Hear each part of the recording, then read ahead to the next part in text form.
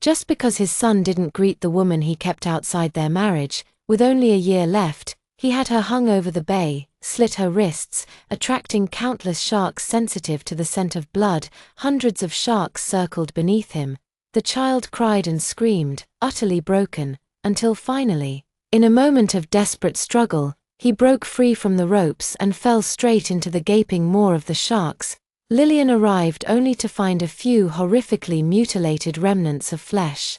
Jamie was utterly shattered, clutching those remnants and wailing in despair, wishing she could end her own life to follow him. Only the child's smartwatch was later recovered, containing a single tearful recording. "Mom, I'm sorry, I'm going to die, you have to leave Dad and live on." Lillian collapsed on the damp pier, crying until her throat bled, finally passing out completely. When she woke up, she was holding a palm-sized urn, so light, her Jamie, who just last week was clinging to her back, begging for her to make him bear-shaped cookies. How could there be nothing left but this handful of ashes? Remembering her son's final words, her heart felt like it was being torn apart. Trembling, she clutched the small urn and dialed the victor's number. "My child is gone." Her voice quivered violently. "I know you've always wanted me to leave Ethan completely."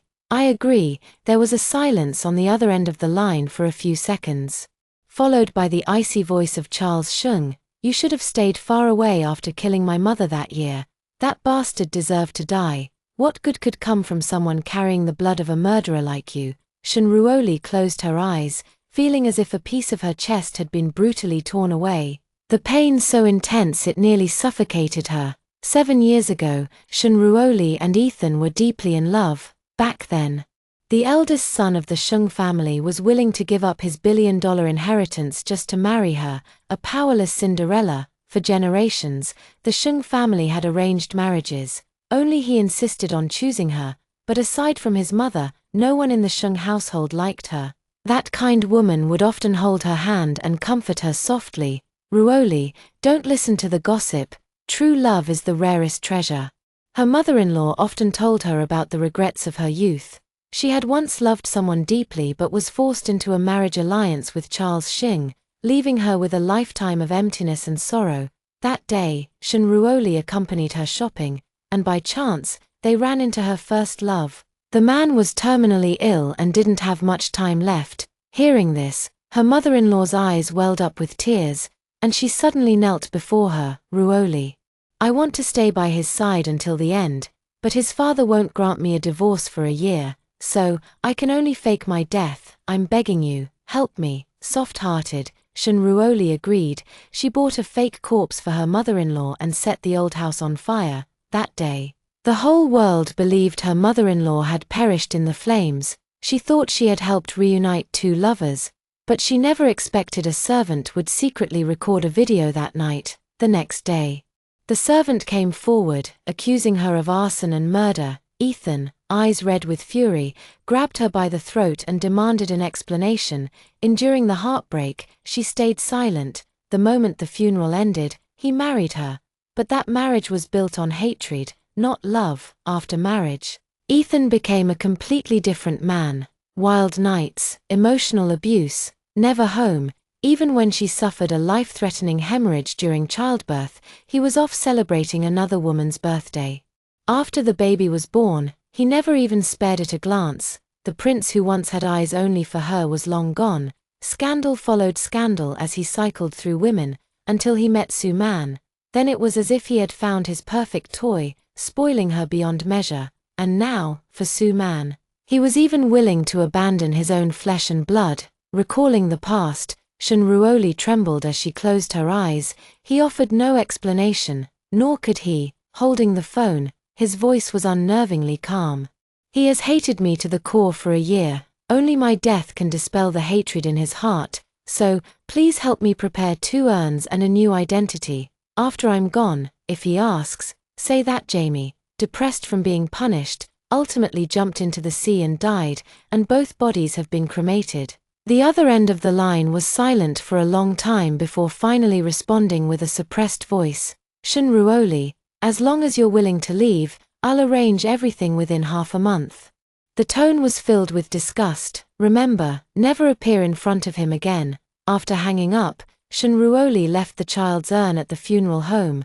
When the staff handed her the storage receipt, for a fleeting moment, she seemed to see Jamie standing on tiptoe behind the counter, smiling at her. "Jamie, be good. Just wait a little longer." She gently stroked the cold urn, tears dropping onto it one by one. "Mommy will take you away soon." Wensheng family estate came into view. Night had already fallen. Pushing open the door, a blinding scene slammed into view. Ethan had Sabrina pinned against the hallway wall, locked in a passionate kiss, their suitcases scattered across the floor. Lillian didn't pause, striding right past them, blood smearing onto Sabrina's silk dress. "Ah!" Sabrina screamed, darting into Ethan's arms like a frightened rabbit. "She's covered in blood." Ethan immediately seized Lillian's wrist with bone-crushing force. He tore open her cuff and collar roughly, his gaze sharp as a scanner. In that moment, Lillian almost laughed through tears. He was checking if she was hurt. After confirming nothing was wrong, he immediately shook off her hand in disgust and said coldly, "Whose blood is this? Do you think this looks good?" The image of Jamie being torn apart by a shark suddenly flashed back, Lillian staring at him emptily, her voice trembling. "Who else's blood could it be? Don't you know best?" Jamie was only 5 years old. What did she ever do wrong? Ethan, his expression cold, he sharply interrupted her. "Who told him to be rude to Man? Besides, Man will be moving here soon. To avoid displeasing her, you'll stay at a hotel for a few days and learn some manners while you're at it." Sabrina snuggling in his arms, she added venomously in a soft voice, "Children need discipline, after all. Besides, I've heard bad genes run in the family. If his mother could kill and set fires, what if he..." Before she could finish, Lillian couldn't hold back any longer and slapped Sabrina hard across the face. Sabrina widened her eyes in disbelief, then bit her lip and threw herself into Ethan's arms. 1 year, Lillian trembled with rage, her heart turning cold. "I'm your wife. And she's just a little songbird you keep outside. Yet you're shielding her."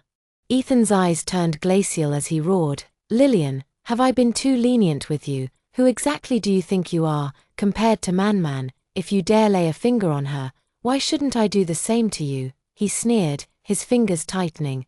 "Do you really not understand why I married you? Don't flatter yourself thinking I ever loved you." Her heart felt as if it had been brutally stabbed. Lillian froze completely. Yes, from the very beginning, she had merely been his tool for revenge.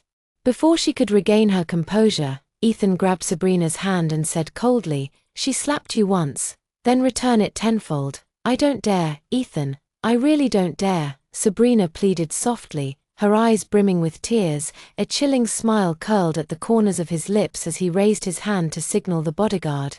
"Hold her down for me." Lillian was pinned tightly against the icy marble floor, her cheek pressed against the biting cold. Ethan gripped Sabrina's hand, delivering slap after slap across her face. The crisp, brutal sound of each strike echoed through the air. 18 in total. Every blow left her ears ringing and vision swimming. The metallic tang of blood flooding her mouth, shadows swirled before her eyes until the final slap landed, leaving her limp on the ground. Blood trickled from the corner of her mouth, spreading a stark crimson stain across the floor.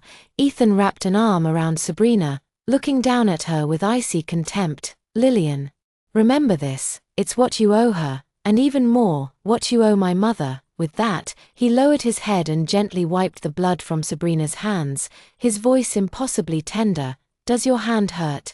Let me take you to the hospital." Watching him carry Sabrina away, Lillian's eyes filled with tears as she numbly closed them. "Ethan, since you hate me this much, then soon, I will use death to end all this once and for all." On the cold floor, her blood mixed with cold sweat, soaking through her collar, not a single servant dared to step forward to help. Ethan's attitude was the Shung family's compass. She struggled to get up, her vision darkening repeatedly as she stumbled back to her room.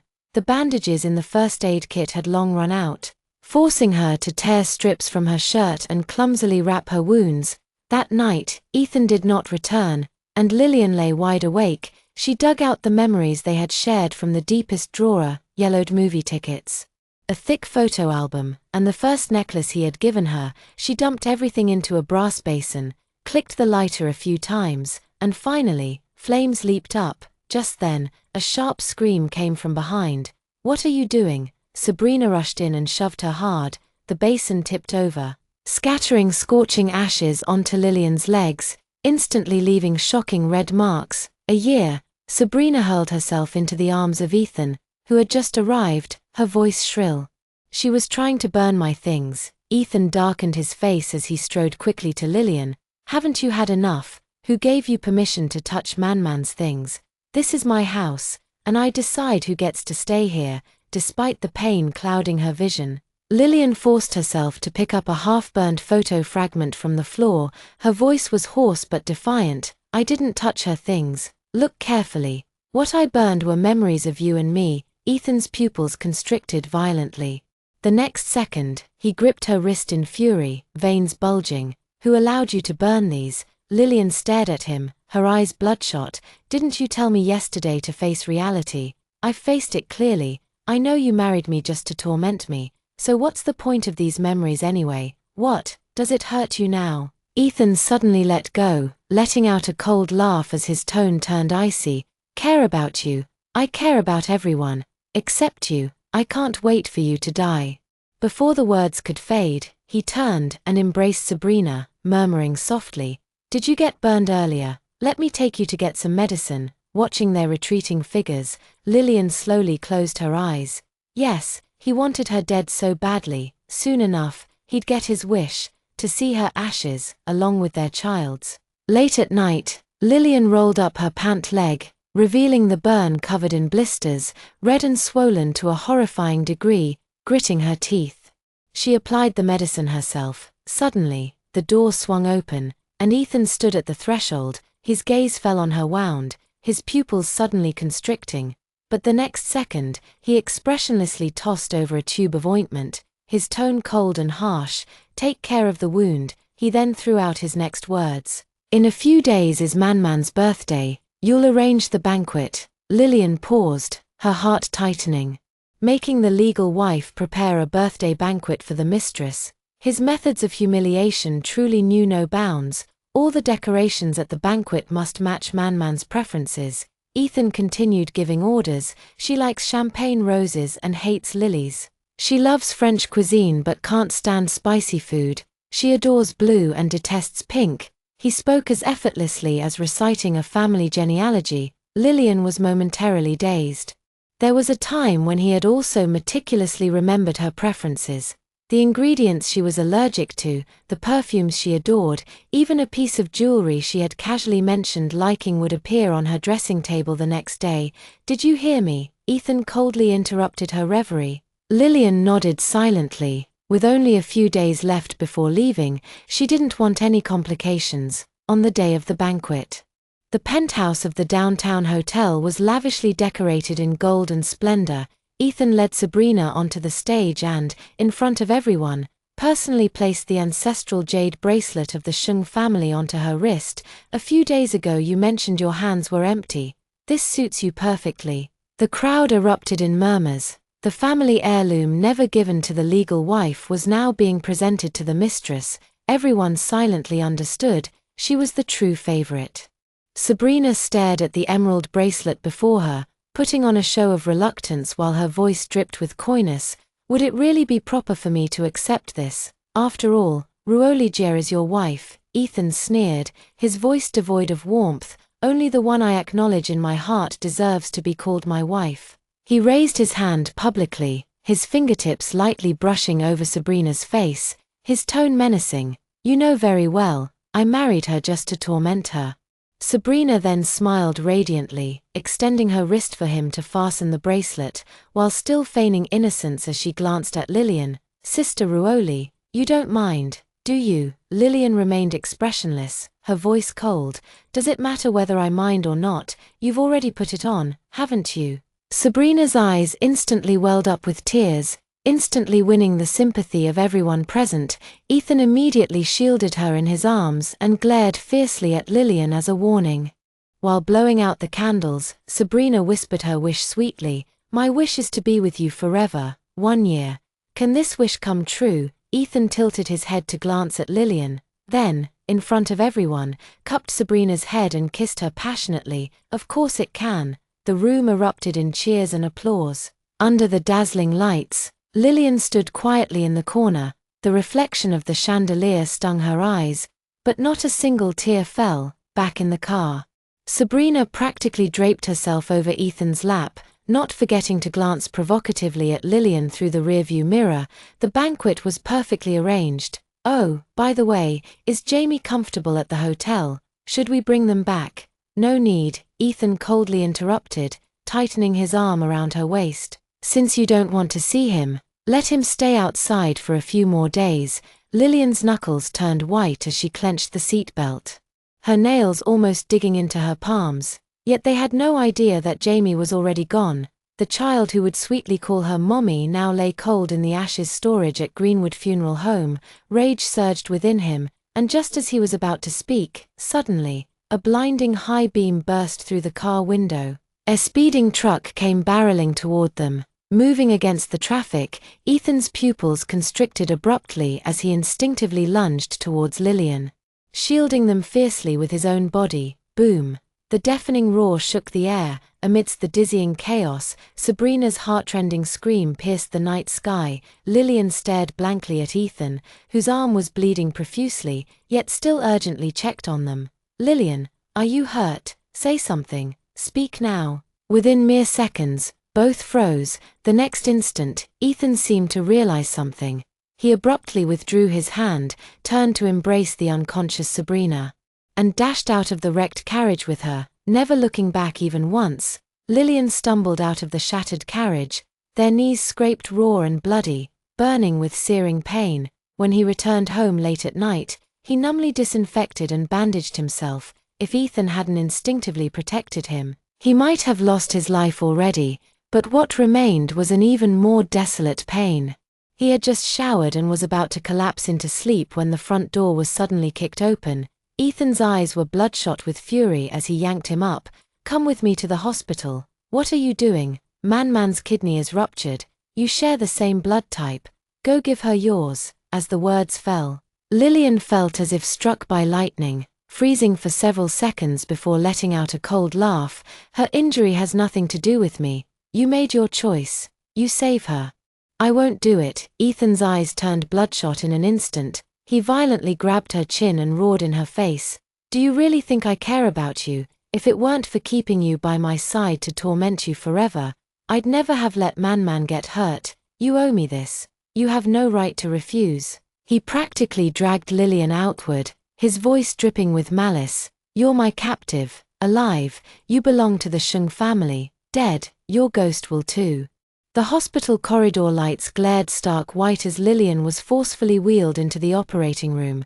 When the anesthesia needle pierced her spine, her whole body jerked from the pain. The doctor held her down, soothing. "Relax, it won't hurt once the anesthesia takes effect." Yet when the cold scalpel sliced her skin, the rending agony still made her scream. The sensation of icy instruments churning inside her body was terrifyingly vivid, tears soaking the surgical drape drop by drop.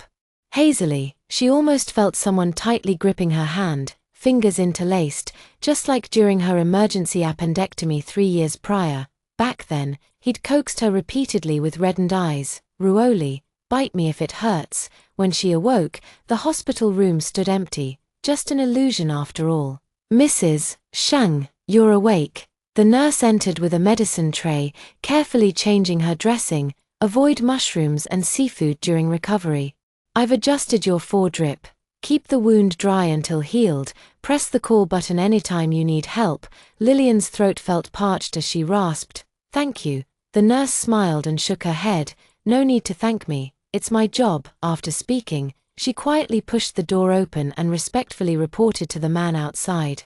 "Mr. Shung, Mrs. Shung is awake and in good health. You've been guarding here for 2 days and nights. Wouldn't you like to go in and see her?" Ethan's voice was hoarse. "No need. Don't tell her I was here." After the nurse left, Lillian struggled to reach for the water cup on the bedside. Just as her fingertips touched the cup, her entire arm suddenly lost strength. Bang! The water cup fell to the ground, shards scattering everywhere. Her entire body slid off the bed. the wound in her abdomen searing with pain as if torn open. Outside the hospital room, Ethan clenched his fists tightly, his knuckles blanching white. Instinctively, he reached to push the door open but stopped as his hand touched the handle. In the end, he simply pulled out his phone and ordered 2 additional caregivers for round-the-clock supervision. Through the glass on the door, he saw Lillian curled up on the floor like an injured creature. Her face was as pale as paper, yet she stubbornly bit her lip, refusing to utter a single cry of pain. Ethan took a deep breath, turned on his heel, and strode away in his leather shoes. Though he couldn't resist lighting a cigarette by the window, on the 5th day of her hospitalization, Lillian received photos sent by Sabrina. In them, Ethan was tenderly feeding her medicine, while another showed the two embracing and kissing on the hospital bed.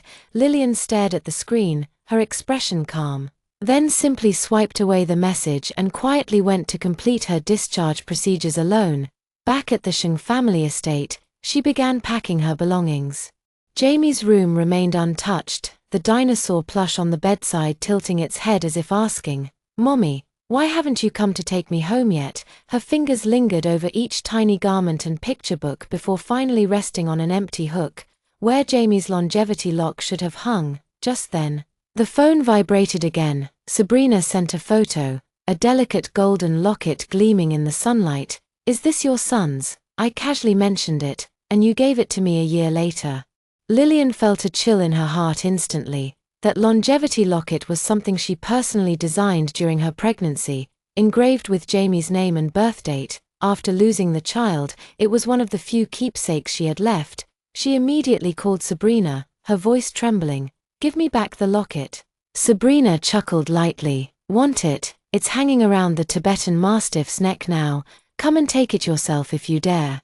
Half an hour later, Lillian stood on the villa lawn, facing the Tibetan Mastiff named Dragon. The beast bared its fangs, drool dripping onto the scattered bones on the ground, its gaze ferocious. "You can still back out now, you know." Sabrina swirled her wine glass, her tone mocking. Lillian didn't hesitate.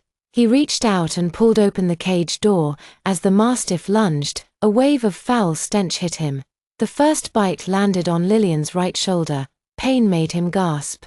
But he kept a death grip on the dog chain. Eyes locked on the longevity lock hanging around the beast's neck. With brute force, he yanked the Mastiff's head upward, forcing a low growl from its throat. The next second, it clamped down on his wrist. A sickening crack followed. Bones might have fractured. Tears welled from the pain, yet he refused to let go. Like a madman, he pulled the chain, fingernails digging into the Mastiff's thick fur. Finally, the beast released his wrist, only to whip its tail and strike his face with brutal force. Lillian was thrown to the ground, his mouth filled with the metallic taste of blood, yet he still clutched the lock desperately. When he tremblingly raised it to his eyes, he froze. It wasn't Jamie's at all. The lock was glaringly new, its inner surface blank, devoid of the engraved words peace and joy or the tiny sapphire. Dragging his blooded body out of the cage, he lunged forward, grabbing Sabrina by the collar. His voice hoarse as he demanded, "Where is my son's longevity lock?" Sabrina brushed off his fingers dismissively, tossing out a sentence like discarding trash. "I threw it down the sewer long ago. Your son's things belong there." She leaned closer to his ear, her voice dripping with venom. "Oh, and I forgot to tell you one more thing. That day, he even waved at me specially and sweetly called me auntie. The poor little thing, trying so hard to please me just to get his dad to glance at him. It was my little lie that made the boss angry, leading to him being hung over the bay. The water there was freezing, full of fish. Do you think he was bitten?" Ahahaha. Before she could finish, Lillian's sanity snapped completely. So, Jamie never should have died. He had been so sensible, so obedient. Yet someone had robbed him of even his last shred of hope. His eyes instantly flushed red with rage, descending into madness as he suddenly seized Sabrina by the throat, slamming her against the wall, screaming hoarsely, "Sabrina, it's you. It's all your fault he died. I'll kill you." At that moment, a furious roar came from behind, and a powerful force sent him crashing to the ground. The back of his head struck the tiles hard, blood trickling down his neck, yet he barely noticed. Hearing only that familiar voice explode in his ears, "Have you lost your mind? Was the last lesson not enough? Lillian struggled to prop herself up, her vision blurring with darkness, yet she still screamed hoarsely, "Ethan, do you know what she did? She killed Jamie." Before she could finish, Sabrina threw herself into Ethan's arms, weeping like a rain-drenched pear blossom. "Ethan, I was so scared, I thought I'd die from her torment, just like Auntie did." Ethan's gaze turned instantly icy, holding Sabrina, his voice colder than frozen steel. "No matter what she did, you have no right to harm her." Repeatedly bullying Man-Man, it seems the punishment was too lenient. With that, he snapped his fingers coldly. "Someone, take her to the rooftop of the note." The phrase is kept in the original as its precise corporate context is unclear. The translation could be corporate headquarters rooftop. If further clarified, Shung Holdings 68 Air Note. Shung Holdings is a proper noun retained in original form, translated contextually as Shung Holdings Tower's 68th floor rooftop.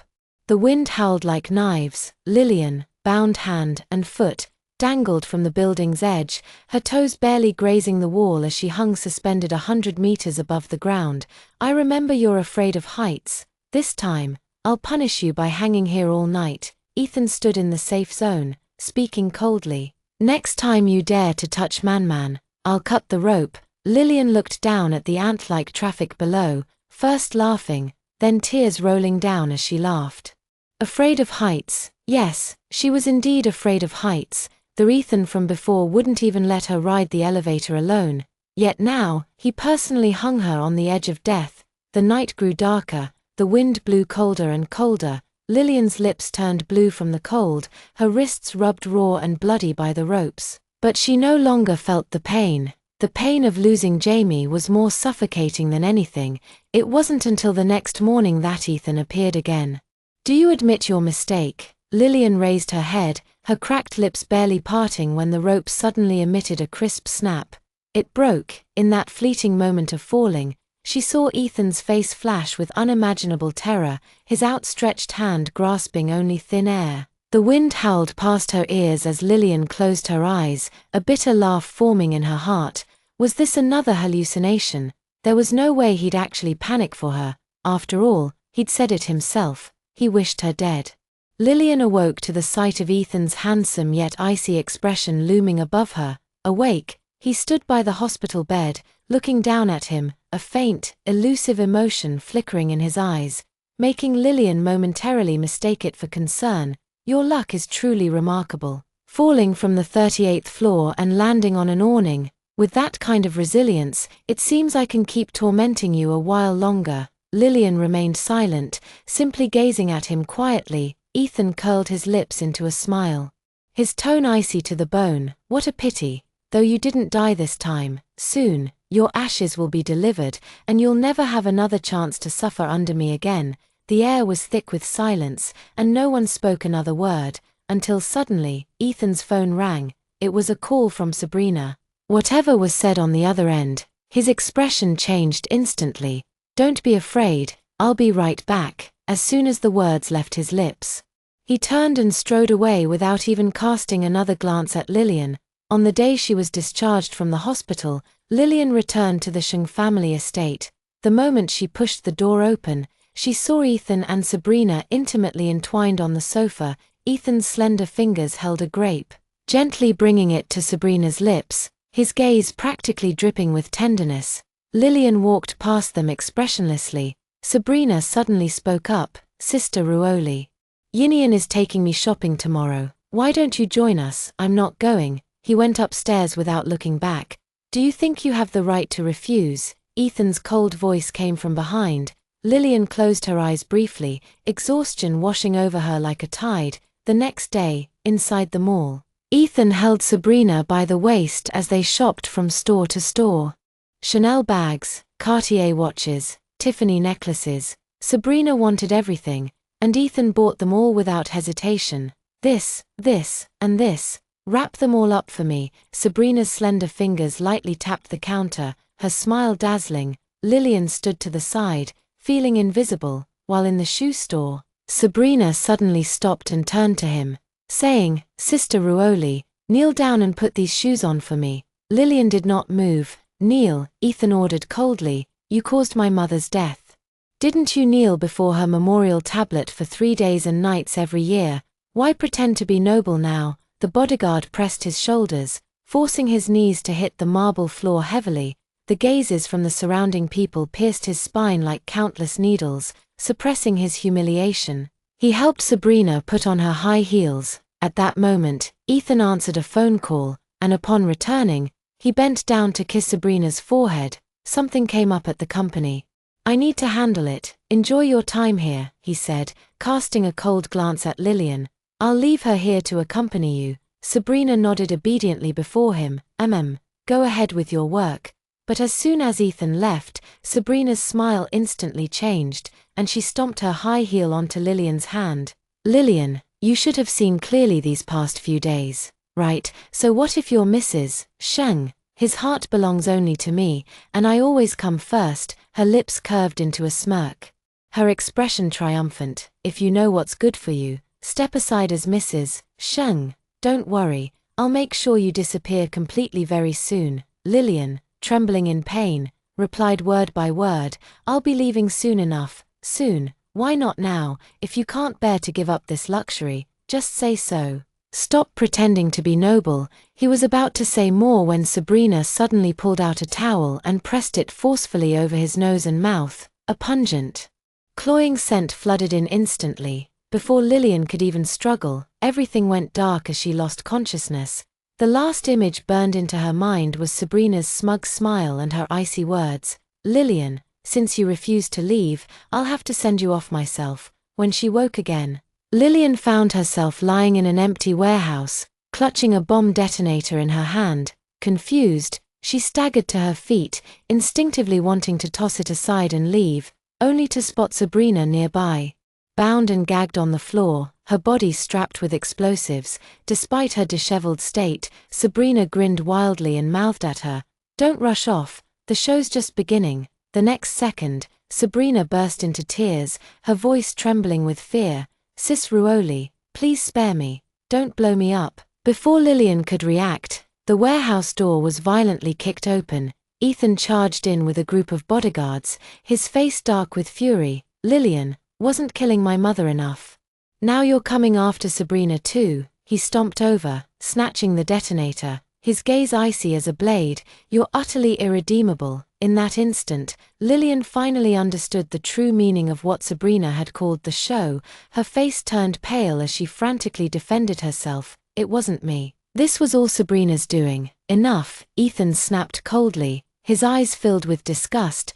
"The evidence is clear, and you still dare deny it." As he spoke, he bent down to dismantle the bomb on Sabrina, his movement so gentle it was as if he were cradling something precious. Sabrina immediately threw herself into his arms, tears streaming like pear blossoms. "A year. I was so scared." Her voice trembled, yet the corners of her eyes curved with a smile. "Seems I've been too merciful with you before." Ethan held her coldly, his sharp gaze locked on Lillian.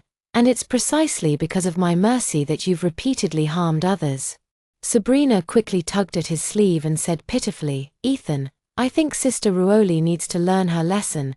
How about locking her up for a few days to reflect?" "Fine, 3 days in jail. Let her learn repentance." Ethan agreed without hesitation. Lillian was dragged out by 2 bodyguards, her wrists bleeding from the restraints. Struggling desperately, she hoarsely shouted, "Ethan, you'll regret this. Take her away," he coldly ordered. The iron gate slammed shut behind her, leaving only Sabrina's triumphant laughter echoing in her ears. The next 3 days became Lillian's living hell. On the first day, 5 female inmates pinned her in the toilet stall, raining punches and kicks that broke 3 ribs clean through. Blood gushed from the corners of her mouth as the leader of the trio yanked her hair and sneered, "Mr. Shung's woman, Miss Sue asked us to give you a proper welcome." The second day, they used soap wrapped in wet towels to batter her abdomen. No marks showed on the surface, but the pain tore through her organs as if they were being shredded from within. On the third day, they laughed while pulling out stun batons. "Heard you're scared of heights. How about electricity? Does that scare you?" When the current surged through her body, Lillian bit through her lip until blood filled her mouth. Refusing to scream, only one thought remained in her mind: hold on just a bit longer. Soon she could take Jamie away from this place. By evening, the iron door finally creaked open again. Released with a body of bruises, she staggered to the prison gates just as the skies unleashed a torrential downpour. Upon returning to the Shung family estate, Sabrina was nestled in Ethan's arms, pleading softly, "Darling, take me on a trip." Hearing the noise at the door, Ethan instinctively looked up. Seeing Lillian in such a disheveled state, he froze for a moment before frowning with disgust. "Did you purposely make yourself look like this to gain my sympathy?" Lillian replied hoarsely, her voice thick with the metallic tang of blood. "I'm not faking it. These wounds, they're all from prison." Ethan's pupils constricted sharply, but before he could speak, Sabrina pressed closer, her voice sweet and coaxing. "Darling, she was only in jail for 3 days. How could she have so many injuries? Who would dare lay a hand on the Shung family's wife? She must be acting again." She tugged at his arm, her gaze tenderly seductive. "Don't bother with her. Darling, didn't you promise to take me to see the northern lights in Iceland? If we don't leave soon, we'll miss our flight." Hearing this, Ethan frowned and stared at Lillian for a long moment. Eventually, as if swayed by Sabrina's words, he merely gave a curt casually picked up his coat from the sofa, and prepared to leave. He didn't ask any further questions, only coldly tossing over his shoulder, "You can bring Shungyu back. Make sure to teach him some manners so he learns to address people properly next time. Man and I will be back in about a week. Wait at home and have all of Man's favorite foods ready." With that, he walked away without another glance. Lillian quietly watched their figures disappear through the doorway and gave a faint shake of her head. Silently, she vowed to herself, "Ethan, this time, neither Jamie nor I will wait for you to return." Half an hour later, Charles Shung appeared with 2 urn boxes and a brand new ID card. He spoke coldly, "Remember your promise. Disappear from Enyan's life forever." Lillian took the passport bearing an unfamiliar name and nodded.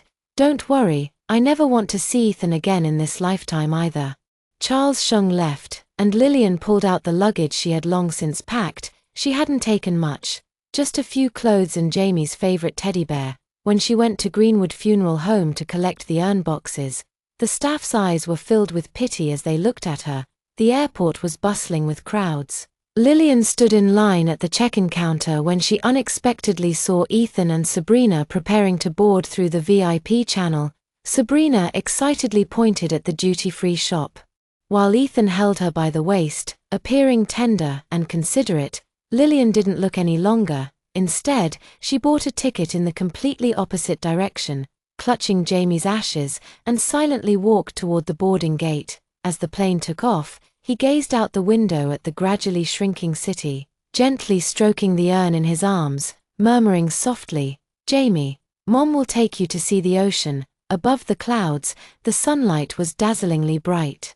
Tears streamed uncontrollably down his face, yet in his heart, he knew, this time, no one could hurt them anymore. Lillian's eyes were damp, but the corners of his lips curled into a bitter smile. "Jamie, Mom did it. I've taken you away forever. Didn't you promise to travel the world with Mom? Let's start with Australia." "Okay." The urn wouldn't answer, but he smiled tenderly, as if truly hearing his son's reply. If Jamie were still here, he would surely have widened his sparkling eyes and timidly asked, "Really?" And upon hearing the affirmation, he would have been overjoyed, sticking close and chattering endlessly, full of longing. He was clearly smiling, yet his tears fell faster and faster. A kind elderly woman beside him handed him a tissue and softly advised, "Dear, did something sad happen? Let it all out. It'll feel better. Don't hold it in too much." Lillian took the tissue, wiped away her tears, shook her head, and whispered softly, "No, this is a good thing. I'm very happy." He politely thanked her. Though the elderly woman didn't understand, she didn't press further and simply closed her eyes to rest quietly. The clouds outside the window shifted unpredictably. Lillian no longer feared heights and instead found a serene appreciation. Meanwhile, on another plane, Ethan also gazed at the clouds, yet his chest tightened inexplicably, pounding rapidly with an indescribable emptiness. It was as if something vital was missing. Like someone important had vanished completely from his life at that very moment. He slightly averted his gaze, forcing himself to cool his emotions, telling himself there was nothing left to lose. Beside him, Sabrina cautiously leaned her head on his shoulder and whispered, "Ian, you must be tired too, right? Rest for a bit first. Once we reach Iceland, we'll have our fun." Ethan gave a faint nod but showed little enthusiasm in front of her, in his eyes. Sabrina was no different from other women, merely a tool to provoke Lillian. It was just that, compared to the delusions other women harbored, Sabrina seemed temporarily more sensible and obedient, so he indulged her slightly, but in his heart, this trip to Iceland was nothing more than completing a task. As long as the photos and videos could make Lillian ache, he deemed it worthwhile. This was what she owed him. After the long journey, the car finally came to a slow stop outside the villa. Sabrina rubbed her sore ankle and coquettishly whined, "Ian, carry me inside, won't you? I'm so tired." Ethan complied with her request, glancing briefly at the villa's open door. With a hint of indulgence on his face, he scooped her up into his arms and carried her inside. Stepping into the living room, he frowned subconsciously and glanced around, failing to spot Lillian's figure. A faint sense of unease rose in his heart, and he couldn't help but call out, "Lillian, weren't you supposed to prepare a table of dishes for Man-Man?" Yet the house remained eerily quiet. He turned in another direction and shouted, "Lillian, Sheng-yu," even calling his son's name, but there was still no response. The unease in his chest grew heavier, as if something ominous was quietly approaching. Sabrina, seeing this, quickly linked her arm with his and comforted him softly. "Maybe Miss Shun and Jamie are just throwing a tantrum, deliberately making things difficult for me." Ethan sneered coldly. "Who does she think she is? What right does she have to be jealous or throw a tantrum? This is what she deserves." Despite his indifferent words, he still took out his phone and dialed his assistant. "Daniel, help me track down where Lillian and Jamie have gone." No sooner had the words been spoken than an icy voice suddenly came from behind. "No need to search. They're right here." Ethan spun around to see his father, Charles Shung, standing there alone, holding two plain small boxes. Their shape unmistakably resembled urns. The thought had barely surfaced when he instinctively rejected it, unable to accept. Before leaving home, both Lillian and Jamie had been perfectly fine. How could they possibly end up like this after just 1 week? Frowning, he retorted impatiently, "Dad, you say they're here, so where are they? When did you start siding with them and speaking for them?" Charles Shung had a cold expression, yet his eyes remained unruffled. He calmly tossed 2 urns into Ethan's arms. "I didn't help them. They're already dead. These 2 are the ashes of that mother and son." Ethan trembled as he held the urns, his entire body freezing in place. Charles Shun continued with icy detachment, "On the 5th, you had someone string Jamie over the bay to scare him. He accidentally fell into the sea and was bitten to pieces by sharks, leaving only fragments. 7 days ago, while you were vacationing in Iceland. Lillian also threw herself into the sea. With her son dead, she couldn't bear to go on and chose to follow him. They died cleanly. After all, they were just a murderer and a murderer's child, undeserving of life. Now that they're gone, it saves the Shung family the trouble of dirtying our hands." Each cold word struck like a blade, piercing Ethan's ears. He felt as if struck by lightning, his mind blank, unable to process thoughts for a long time. After a long while, he barely managed to squeeze out a few words, his voice hoarse. "Dad, are you joking? Shung, you just got startled. How could she die? Just the other day, I asked Lillian to settle her in a hotel and keep her out of Sabrina's sight. How could this happen?" Charles Shung's eyes turned cold, his brows furrowed tightly, his hawk-like gaze piercing into him. The next second, a sharp smack rang out as a heavy slap landed on Ethan's face, the crisp sound shattering the dead silence of the villa. "Ethan, listen to what you're saying. Isn't the death of Lillian and Jamie a good thing? And you're actually feeling sorry for them? Have you forgotten Lillian's role in your mother's death? How can you still pity the murderer of your mother? You still love her." Charles Shung was consumed by rage, his eyes burning with fury. Ethan turned pale, his voice trembling as he could only murmur in response. "No," Ethan instinctively refuted, but his words came out feeble the moment they left his lips. His hands clutched the urn in his arms tightly, his knuckles turning white. while the pain in his heart surged like overwhelming waves, one after another, driving him almost to the brink of collapse, hatred and love intertwined. Threatening to tear him apart, if he had a choice, he would have wanted to utterly despise Lillian, the enemy who killed his mother, wishing she had vanished long ago. Yet, upon hearing the news of Lillian and Jamie's deaths, his heart felt no satisfaction, no triumphant joy of vengeance, only endless agony and regret. Deep down, he had never truly let go of her. When she was alive, he hated. Now that she was gone, he ached. It turned out he had always loved her.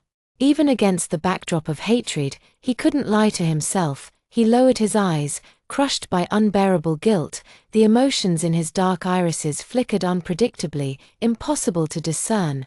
Yet, Lillian's father cared nothing for his son's feelings, coldly dismissing them with a single statement. Lillian and Jamie got what they deserved. Let this matter end here. You've indulged enough with those unsavory women at night. Collect yourself and prepare for the arranged marriage. After speaking, he cast a disgusted glance at Sabrina, who had stayed silent all this time, then turned and left. Sabrina's smile froze instantly, replaced by a bone-chilling coldness. What exactly had she been so happy about just now?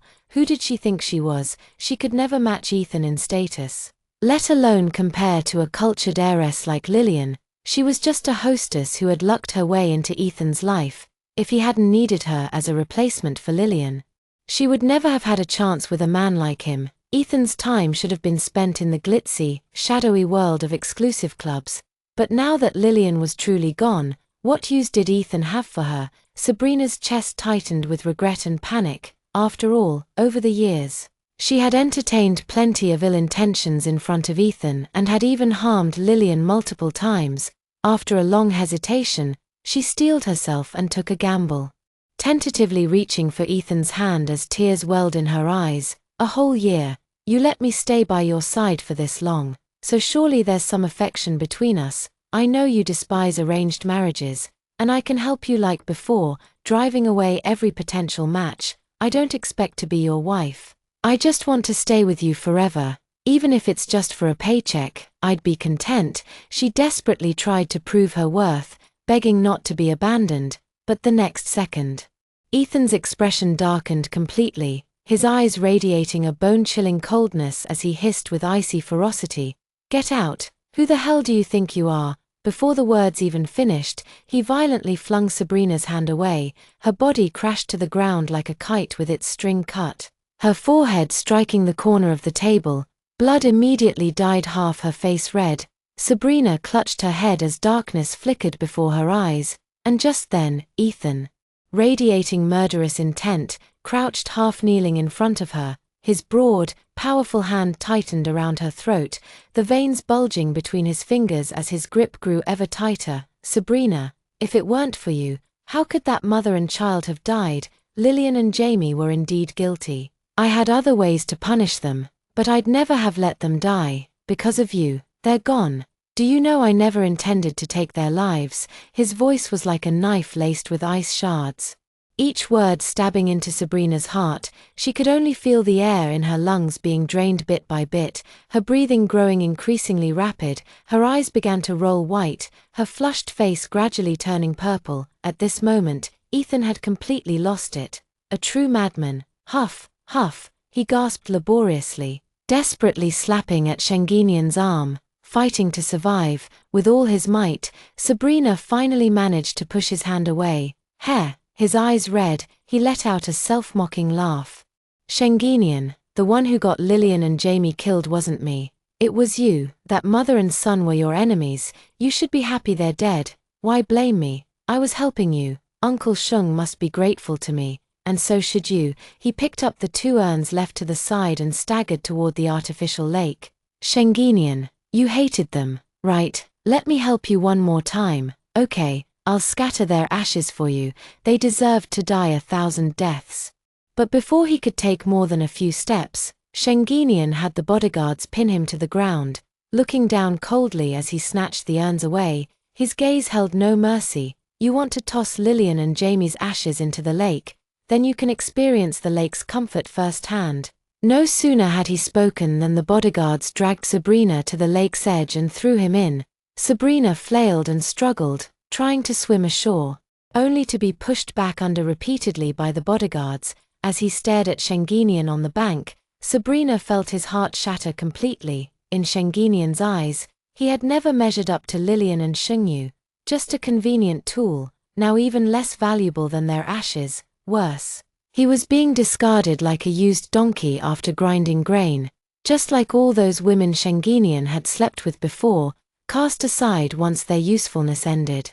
But Sabrina was different. He had framed and bullied Lillian. There was no way Shengenian would let him go. Understanding this, Sabrina gave up completely. She knew that no matter what she said or did, she couldn't change Shengenian's mind, so she decided to throw caution to the wind and screamed at Ethan on the shore. "Ethan, now your family is ruined and scattered, and this is what you deserve. Someone like you doesn't deserve happiness at all. Lillian and Shengyu died because of you. If Lillian had really killed your mother back then and you hated her so much, you should have sent her to prison. Why didn't you? Wasn't it because the evidence wasn't sufficient enough at the time, and you still loved her, showing her mercy? You couldn't bring yourself to truly kill her to avenge your mother, yet you resented yourself for still loving her. After wavering for so long, their deaths were inevitable. Even if it wasn't me, someone else would have done it. The real culprit is you." As she spoke, Sabrina laughed mockingly, filled with malicious curses. "You Sheng family freaks will all meet a bad end. This is what you deserve." Gradually, her strength faded. Her struggles grew weaker, and her body sank heavier until she finally disappeared beneath the water. Sheng Yinian. His handsome face twisted in fury as he gritted his teeth and ordered the man to be hauled up, vowing to torment him with every means possible to make him pay for insulting the Sheng family. With that, he turned away mercilessly, without sparing another glance at Sabrina. On the table, 2 urn boxes sat silently, never again able to respond to him. In his daze, he could still see Lillian's melancholic eyes and his son's timid gaze. Ethan felt as if his heart were being sliced by knives. A metallic taste surged in his throat, and he coughed violently, spitting out a mouthful of blood. The crushing weight on his chest was unbearable, making it hard for him to breathe.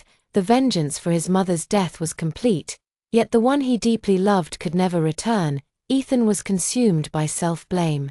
Loathing himself to the core, he couldn't understand why fate had toyed with him so cruelly, nor could he comprehend why Lillian had ever wanted to kill his mother. They had once gotten along so well, and Lillian was the last person he thought capable of such violence. Yet it had happened. All these years, Ethan had hated Lillian, yet he never sent her to prison, waiting only for her explanation. But after all this time, he was still met with silence. Lillian refused to speak about what had truly happened that day or why she had killed his mother. Now, everything had reached a deadlock, leaving only the living to drown in sorrow. A year left.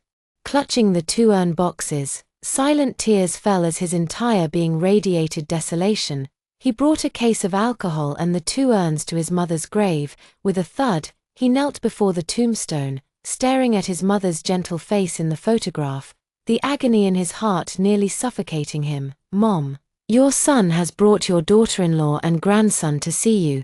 The one who took your life has already paid with theirs. Can you forgive me for still loving her?"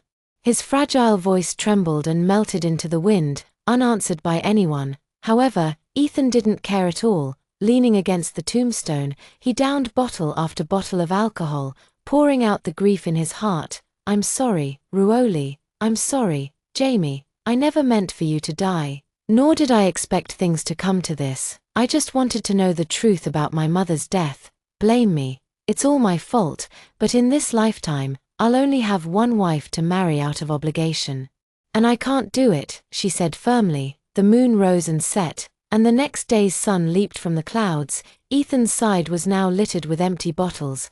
Though utterly drunk, his mind was painfully clear. He hadn't slept all night, his eyes bloodshot and rimmed with dark circles beneath. As time slipped by relentlessly, he showed no intention of getting up. His phone rang incessantly, yet he had no desire to answer, feeling only irritation. What was the point of returning to that hollow, icy home? The graveyard felt warmer, Ethan carelessly turned off his phone, slightly closing his eyes as he savored the time reunited with the one he loved. After an unknowable amount of time, Shin-chan arrived before him, his face twisted in fury. He slapped Ethan coldly across the face. "Shin-chan, you're now the head of the Shung family. Look at your pathetic state. Is this how a leader should act? It's just one woman, and not just any woman, but one with a feud against us. How can you grieve so endlessly over her? With your status and wealth, you could have any woman you want. The Bai family's young lady is waiting at the mansion to meet you. She's gentle, kind, and the Bai family is a great match for an alliance. You better drag yourself back to see her." Shin-chan licked his lips, tasting blood, his deep eyes filled with mockery. "Father, in this lifetime, I'll only marry Lillian. I won't accept any arranged marriage, since you love alliances so much. Why don't you marry her yourself? After all, you're single too." Hearing these outrageous words, Shin-chan's blood surged to his head, leaving him breathless with rage. "Shin-chan, you're standing in front of your mother's grave right now. Do you even realize what you're saying? How can you face her like this?" His finger pointing at Shin-chan trembled with anger, but Shin-chan just snorted indifferently, clearly unfazed. "I know exactly what I'm saying. You don't want another arranged marriage either, so why force me? Is an arranged marriage really such a great thing? With the Shung family's current status, do we even need one anymore?" At these words, Shung Fu fell silent. After a long pause, he finally spoke slowly. "Not all arranged marriages are bad. Your mother and I are the perfect example. I loved her, and we were very happy after our marriage." Hearing this, Ethan let out a cold laugh. "Father, do you even believe that yourself? Grandma and Grandpa spent their whole lives treating each other with courtesy because of the arranged marriage. In reality, it was less comfortable than interacting with strangers. You're the exception because the one you loved happened to come from a good family, worthy of you. But was it really the same for Mother? If he truly loved you, why would he be so distant? Why would he cry over another man's photo night after night? Did he really marry you willingly? Or did you forcibly tear apart lovers and wed him for political gain?" He glared coldly at his father, exposing the lie that had been hidden for decades. When she was young, a year before the accident, she once saw her mother wiping tears while looking at another man's photo. Back then, she couldn't understand why her parents didn't love each other and even felt that her mother had betrayed her father. But as she grew older, she gradually realized that everything was beyond control. It was already set in stone. Moreover, if it were him and Lillian, he would have made the same choice, forcefully keeping Lillian by his side. "Your face," Shung Fu, turned alternately pale and livid, your chest heaving for a long time without a coherent word coming out. "My matters are none of your concern. If you don't marry for the sake of continuing the family line, who should the Shung family's future be handed to?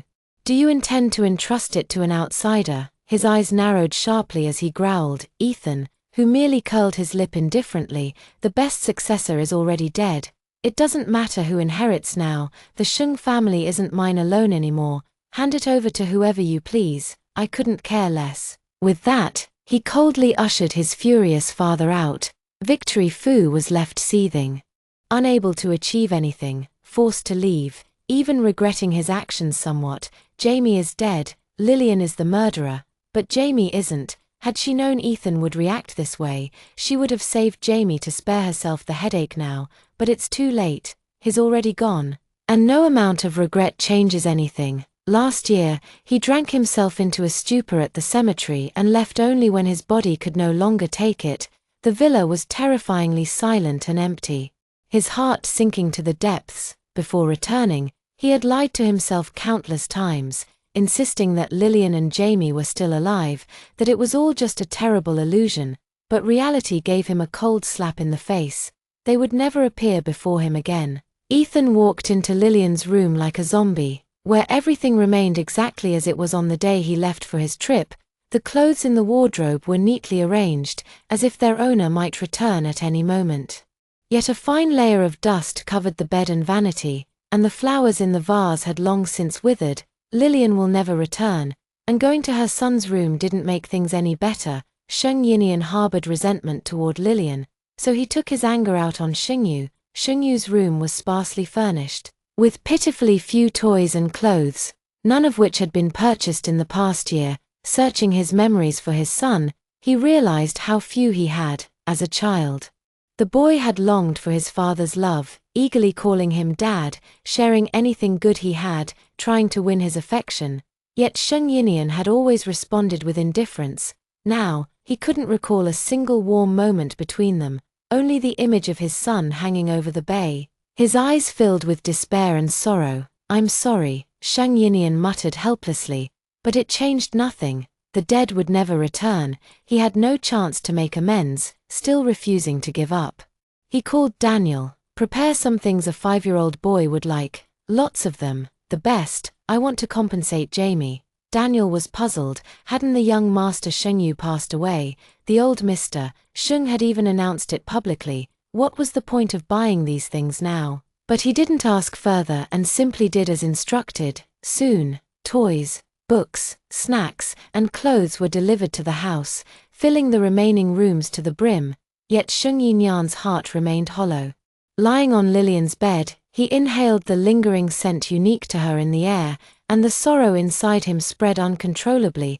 Countless nights had passed without a trace of sleep, and when he finally managed to drift off, his dreams were rare refuges where Lillian and Sheng-yu appeared. Lillian was drenched. The briny seawater dripping endlessly from her skirt, pooling on the floor. Her once fair and rosy face was now unnaturally pale, tinged with blue. Jamie was no better. Aside from being soaked, his skin continuously oozed bright red blood. Thud, thud, his tiny limbs fell to the ground, mangled and bloody, a horrifying sight. Yet, he still whimpered weakly, resentful and aggrieved. "Daddy, why did you have to kill me? It hurt so much when the shark bit me. Why didn't you save me?" Lillian glared at Sheng Yinyan with crimson eyes, roaring in fury. "Sheng Yinyan, I hate you. Your mother's death had nothing to do with me. There was a reason for it. Why did you torture me like this? Why did you push Jamie and me to our deaths? I hate you." Her words dripped with blood, filled with utmost anguish. Ethan was also heartbroken, blaming himself as he apologized over and over again. I'm sorry, it's all my fault. You can hit me, scold me, do anything. But please don't leave me, even if you stay with me as ghosts, that's enough. I do love you both. I tortured you like this only to uncover the truth about my mother's death back then. I never wanted this. Ruoli, please tell me the truth, okay?" Listening to her desperate pleas, the Lillian in his dream merely smiled coldly and said, "No, I will never tell you the truth. You deserve to suffer for the rest of your life." As soon as she finished speaking, Lillian picked up her son's broken limbs, pieced his body back together, and led him by the hand as they walked step by step into the sea. "No. Don't leave me." Ethan's eyes turned red as he desperately lunged toward their fading figures. The seawater surged toward him, swallowing him whole. The briny water flooded his lungs, burning with each breath, choking him as the air grew thinner. Gradually, the scene before him blurred, and darkness engulfed everything. So this is how painful drowning feels. He could even vividly sense the agony of sharks tearing into his flesh, the excruciating pain searing through his mind, suffocating him with torment. Yet, Ethan only felt relief and serenity. Perhaps this was for the best. At least he could be with them, his mother and son, forever. Just as he thought death was certain, consciousness slowly returned to his body. Ethan jolted awake, drenched in sweat. It was just a dream. His lips curled into a bitter smile, his heart heavy with overwhelming disappointment. For several days afterward, Ethan struggled to fall asleep, hoping to dream of Lillian and Sheng-yu again. He didn't care if he had to endure that pain once more. He just wanted to see the mother and son one more time. Yet fate was cruel. The more he longed to see them, the fewer chances he was given, driving him nearly mad over the past year. After a long while, he began to consider an impossible possibility. Perhaps the dream Lillian and Jamie had bestowed upon him was a sign that they had become ghosts, lingering by his side all along. He didn't dwell on whether this possibility was true or not. He simply refused to let go of the slightest hope. Thus, Sheng-yi sought out a renowned Taoist priest to conduct a soul-summoning ritual.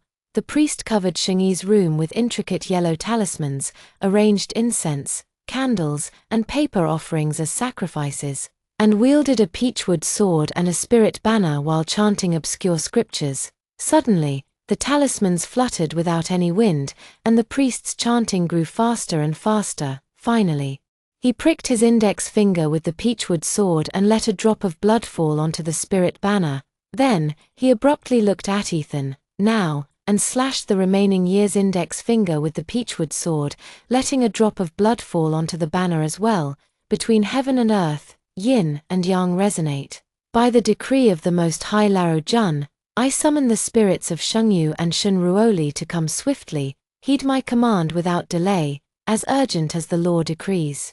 After repeating the incantation countless times, the spirit banner swayed faster and faster, yet after a flash of white light, the priest suddenly spat out a mouthful of blood, his face turning ashen. Mr. Sheng, I apologize. What you asked for is beyond my power. Either the summoned spirits still exist in the mortal world, or they despise you so deeply they refuse to return to you. Given these signs, it's most likely the latter. Mr. Sheng, you should give up. The priest shook his head helplessly, packed his tools, and left the villa, muttering under his breath, what a cursed bond, span. Ethan was utterly devastated. Gazing at the black and white memorial photos and urns of Lillian and Jamie on the table, sorrow overwhelmed him, and he suddenly coughed up a mouthful of blood. You hated me so much. Despised me to the core. He was truly on the verge of losing his mind. He couldn't comprehend how things had deteriorated to this point. With the urn in his arms, he stumbled out of the house in a daze. Eventually, he found himself at the cemetery, though he didn't remember when he arrived. The sky was dark as ink, heavy with impending rain, yet he paid it no heed. The icy wind howled through the graveyard, lifting the hem of his clothes with a fierce flutter. He wandered aimlessly. He hadn't come here to visit his mother. The Jingbei cemetery was vast, covering several hills. Unsure of where he was heading, he suddenly caught sight of a vaguely familiar figure. Before a tombstone, a woman with well-maintained figure and appearance was weeping behind her hands. Her voice and silhouette were uncannily similar to his mother, who had supposedly died years ago. Mom. His voice trembled involuntarily, disbelief lacing his words. The woman stiffened, then slowly turned after a long pause. The gentle face revealed was unmistakably his mother. Grace, sir, you've mistaken me for someone else. Grace wiped her tears hastily, her expression cold as she feigned ignorance, instinctively rising to leave. But Ethan, suppressing his rage, grabbed her wrist and pointed fiercely at the man on the tombstone. You tell me I'm mistaken, but I'd never mistake the man on that tombstone. He was my mother's first love. If you're not my mother, then who the hell are you? I'd never fail to recognize myself. His mother, Grace, slumped her shoulders, her eyes filled with desolation and exhaustion. After a year of resisting, lying, and evasion, are you here to take me back for your father? Fine, these 6 years of freedom were stolen time anyway. I've stayed by my first love's side during his final days. Now that my wish is fulfilled, it's time to go. A lifeless dullness crept into her gaze. After a brief inner struggle, she cast one last deep look at the man on the tombstone, then closed her eyes and hurled herself toward it with all her strength. Ethan's pupils constricted as he grasped his mother's hand, stopping her movement. Mom, have you lost your mind? Was that man so wonderful that you'd rather fake your death? Make us misunderstand Lillian, just to be with him. You've enjoyed years of freedom, but have you considered how Dad and I felt? Have you thought about how Lillian, though innocent, had to bear the blame for murder all these years? Have you imagined the agony of me causing the deaths of Lillian and my own son? At these words, Grace froze, taking a long moment to process what she'd heard, hardly daring to believe it. A year? You must be joking. Tears of guilt immediately began streaming down her face. How did things escalate to this point? I only asked him to help fake my death and handle the aftermath. Logically, it should have just been an accident. After mourning for a while, you were supposed to live happily ever after. Before she could finish, Ethan angrily cut her off. That day, a servant saw Lillian setting the fire. To protect you, he never revealed the truth. We thought he'd killed you, hated and tormented him for years while you enjoyed your carefree life. But what about us? We've been trapped between love and hatred all this time. Jamie was only 5. His life ended before it truly began. Lillian followed by jumping into the sea. These are their ashes. Mom, what exactly do you expect me to do? Ethan's voice broke, overwhelmed with grief to the point of losing his voice, utterly broken. His heart was already in complete chaos, feeling nothing but exhaustion. His mother was still alive, making all these years of torment and hatred toward Lillian seem like a colossal joke. Should he blame his mother, or his father, or Aunt Sue, or perhaps himself? Ethan didn't know. Too many twists of fate had led to this tragedy, and he was powerless to change any of it. Grace felt as if struck by an earth-shattering blow, staring at the 2 urns. He couldn't believe they had once been 2 living people, and it seemed he was the root cause of it all. Had he not chosen to fake his death to stay by his beloved's side, but instead endured silently at Shungjia, would none of this have happened? Overwhelming guilt crashed over him, and Grace collapsed unconscious. Barely managing a weak apology, "I'm sorry, 1 year was Mom's fault." The next year, supporting his unconscious mother, he pieced together his grief before taking her to the hospital. At the hospital, Shungfu arrived as quickly as possible. After learning everything, he fell silent for a long time, unsure whether to bring up Lillian's matter. On the hospital bed, Grace gradually regained consciousness. Seeing Shungfu, he paused only briefly before responding with eerie calm. "Mom owes Ruoli a life. 1 year. I've lived long enough these years. I'll repay Ruoli with mine." His gaze shifted to Shungfu and Shin-chan. "Back then, faking my death was wrong of me, but you forced me into a marriage. Let's call it even. We owe each other nothing. Don't stop me from doing what I must." With that, Grace pulled out his 4-drip, got out of bed, and walked to the window. "Mom, don't do anything foolish." Ethan quickly stepped in to stop Shungfu, who no longer hesitated and revealed the secret in his heart, that Lillian wasn't actually dead. Ethan and Grace were stunned, their similar eyes reddening as they stared intently at Shungfu. "Dad, is this true? What exactly happened to Ruoli?" Ethan pressed anxiously. Shungfu let out a deep sigh, suddenly looking decades older. "On the 5th, you hung Jamie over the bay. Jamie died, and Lillian broke down. She called me and told me everything, then decided to leave me. She faked his identity and prepared an urn for him. That day, you and Sabrina went on a trip. He took his things and disappeared, promising me he'd never appear before you again." At this point, Shungfu's voice faltered, the wrinkles at the corners of his eyes deepening. With barely a year left, utterly shattered. He coughed up another mouthful of blood and fainted. He didn't know whether there was more joy or sorrow in his heart. This sleep lasted a long time, and in the dream, the figure of Shungyu appeared again, but this time without Lillian. Jamie was covered in blood, dripping incessantly, staining Ethan's eyes red. "Dad, it really hurt when the shark bit me. You don't have to like me or Mom, just let us go. Why do you have to torture us like this? These past few years have been so hard, so unbearable. I tried so hard to please you, to please Auntie Sue, but Mom and I still couldn't live a peaceful life. Can't you just let us go?" His gaunt little face was streaked with blood, his hollow eyes filled with despair, his limbs jagged and torn from the shark bites. A heartbreaking sight. Just one glance was enough to imagine his suffering, yet he seemed numb to the pain, simply staring calmly at Shung Yinian. That one look alone shattered Shung Yinian completely, 1,000 words of remorse condensed into just one sentence. "I'm sorry, it's all Dad's fault, all Dad's doing." But the mistakes had already been made, and no amount of apologies could undo them. The dream replayed, like a fleeting montage. All the moments from Jamie's first breath to the moment he was hung over the bay. Shungyu had never been the child Shung Yinian wanted, yet there had been love in his heart. Even gratitude countless times for Shungyu's existence, for giving him a rightful excuse to keep Lillian by his side. What Shen Wolin didn't know was that when Jamie was born, he had rushed back to hold him. When Jamie babbled his first words, he had silently yearned to hear Dad. Later, every time Shungyu tried to win him over, he had softened, yet his hatred for Lillian overpowered that tenderness, until it drove him to hang his son over the bay. Sheng Yinian never imagined things would end like this. He woke from the dream at some point, reaching for his pillow only to realize belatedly that he had been crying.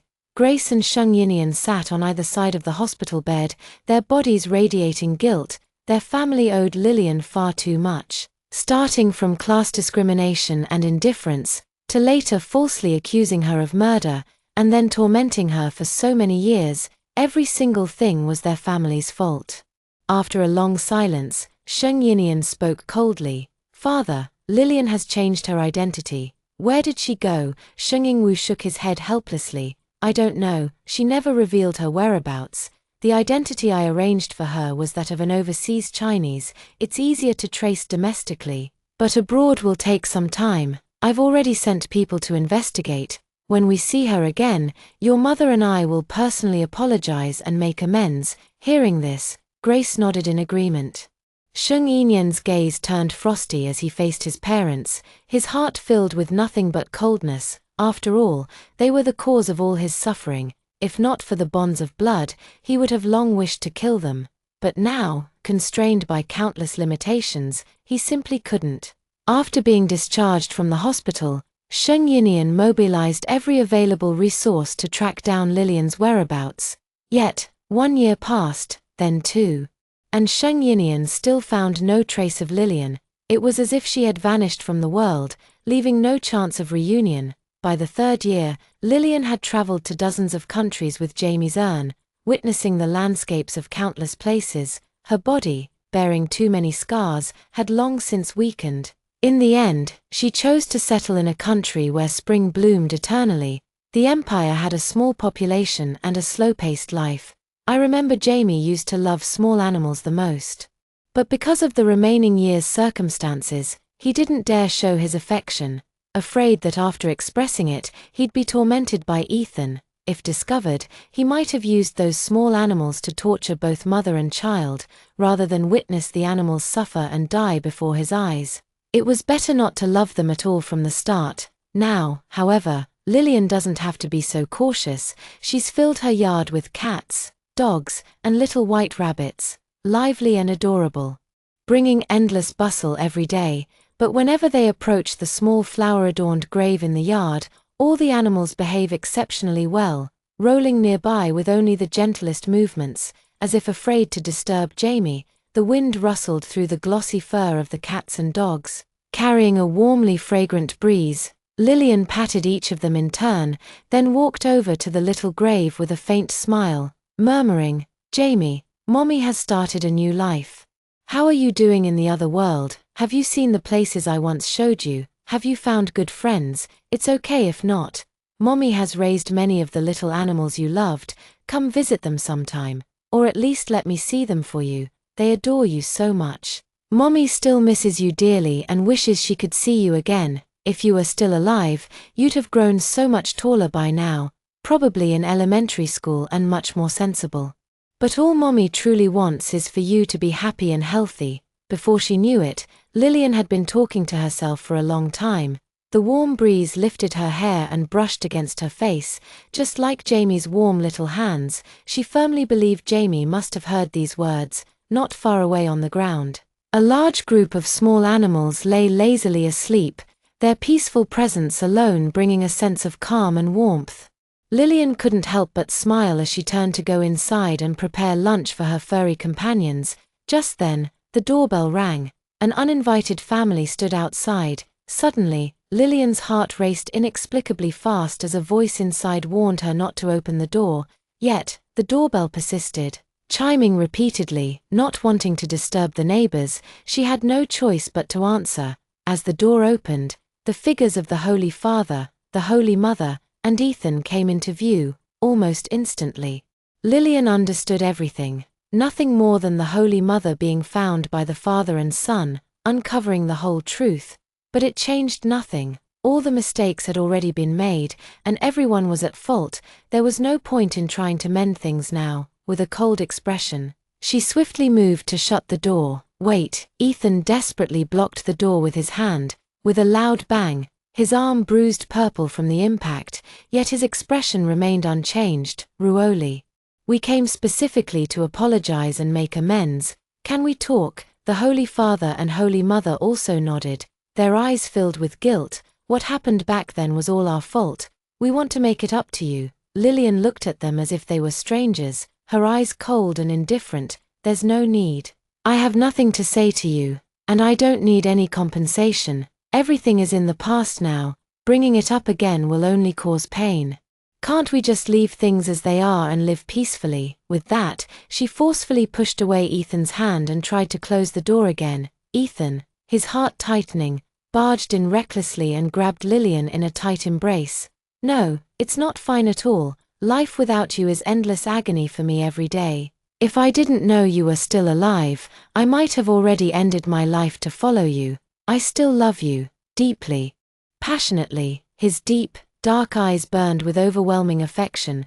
Before Lillian could even voice her refusal, the pack of small animals behind her circled Ethan warily, growling and hissing menacingly. Bark, bark, hiss, meow. The sounds of barking and hissing filled the air, their sharp teeth and claws bared, ready to strike at any moment. They only awaited Lillian's command. A few particularly bold dogs even bit onto Ethan's pant legs, trying to drag him out. While some cats hissed threateningly at the Holy Father and Grace by the door. Seeing this, Lillian felt warmth bloom in her chest, as if soaked in warm water. She steadied her gaze and stared coldly. "Ethan, Ethan, I don't love you anymore. I stopped loving you long ago. We can never go back to how we were, Jamie. Because of you, people have died. I've suffered so much because of you. I can't possibly keep loving you. From now on, don't come looking for me about your family's matters. None of it has anything to do with me. There are plenty of women out there for you, women willing to be with you, but that person will never be me," Lillian said coldly, glancing at the two outside the door before continuing. "Your family's affairs have nothing to do with me. If you still refuse to leave, I can't guarantee what these little furballs of mine might do." As soon as she finished speaking, the small animals bared their teeth in unison, threatening them. Ethan clenched his jaw, his gaze darkening, but he stubbornly refused to budge. He tightly gripped Lillian's hand and quickly spoke up. "I don't want any of those women. I can explain everything. Being with them was just to spite you at the time. I'll bear the wounds you've suffered, and I'm willing to endure every ounce of pain you've felt. Just forgive me, please." Whoever was present also hurriedly apologized. "Xiao Shen, neither I nor anyone in the Sheng family should have ignored you back then. The Sheng family's insistence on arranged marriage was a grave mistake. On behalf of all members of the Sheng family, I sincerely apologize to you. To demonstrate our sincerity, I have transferred the remaining half of our assets to you. These are the rightful compensations you deserve after all these years." As if to confirm his words, at that very moment, Lillian's phone buzzed with notifications, messages about various funds being deposited, along with updates from lawyers regarding properties and shares being transferred under her name. Awaiting confirmation, Lillian did not reject these things, for after all the suffering she had endured over the years, this compensation was well deserved. "I accept the compensation, but I will never forgive any of you." Seeing the staggering amounts of compensation pouring in, she remained unmoved, while Grace persisted in her efforts to make amends. "Ruoli, I am truly grateful that you helped me fake my death years ago to fulfill my wish. These years, I have wronged you. I'm sorry for making you suffer so much, for dragging you into this, and for Jamie's death. It was all my fault. I owe you my life. Before coming here to see you, I drank poison. By now, it should be taking effect." Ha, ha. More and more blood spilled from the corners of his lips. Ethan and the others froze in shock, scrambling to support him. Shia screamed curses at Lini. The scene descended into chaos. Even Lillian widened her eyes in disbelief, quickly settling the furry companions before rushing to the hospital alongside them.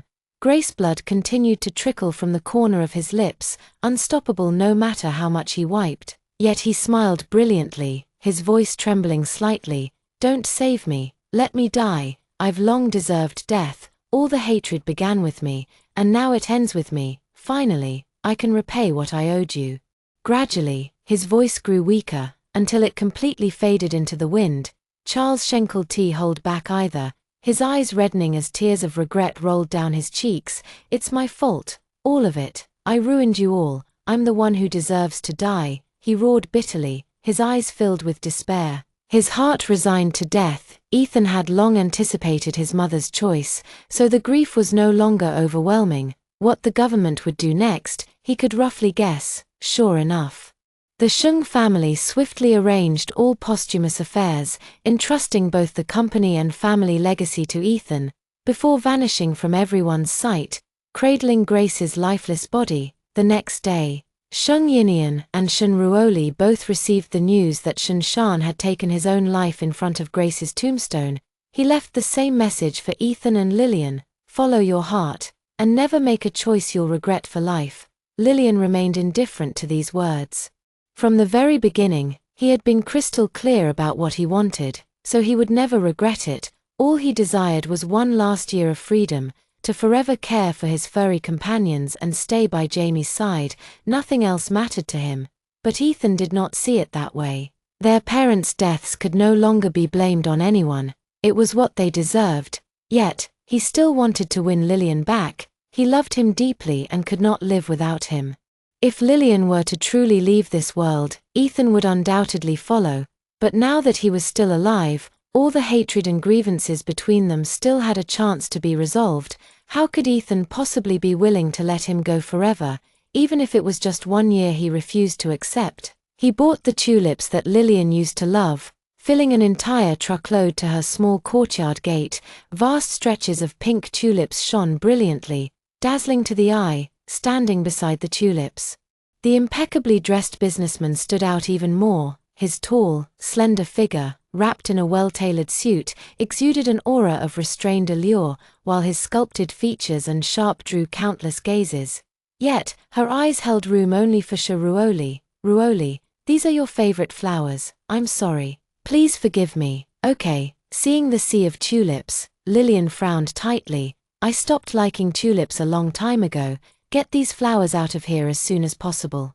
Did you know tulips are toxic to cats? Bringing so many here, are you trying to kill my cats? Hearing her stern tone, he froze for a moment, at a loss. I'm sorry, I didn't know they were toxic to cats, I just wanted to make you happy. He immediately arranged for someone to haul away the truckload of tulips. The removal was too rushed, and many flowers fell to the ground, only to be utterly crushed by passing vehicles, just like their relationship.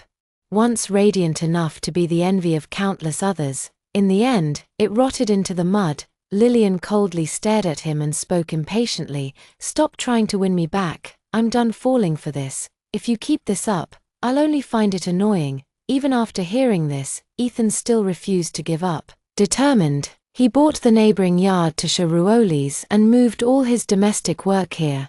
Every day, he sent new surprises to Shin-chan, eagerly awaiting her reaction. Yet, Lillian showed not the slightest hint of joy, only exhaustion and pain. Finally, on this day, she could bear it no longer and commanded the animals in her yard to drive him away. If you leave the yard now, these cats and dogs won't bite you, but if you insist on staying or coming back, I won't hold back. Ethan paid no heed, enduring the pain of being bitten by cats and dogs without even flinching. Despite losing chunks of flesh, if enduring this pain meant he could stay by your side, then he was willing to bear it. His face grew paler from blood loss, yet his expression remained unchanged despite the agony. If separated, Jamie must have felt this much pain when bitten by a shark. And you must have suffered when the dog bit you before. I'm sorry. Ethan's cold, stern face twisted into a faintly manic and bitter smile. The next moment, his towering figure could no longer endure, and he slowly collapsed. In the last second before closing his eyes, he saw Lillian rushing toward him in panic. He couldn't help but curve his lips slightly.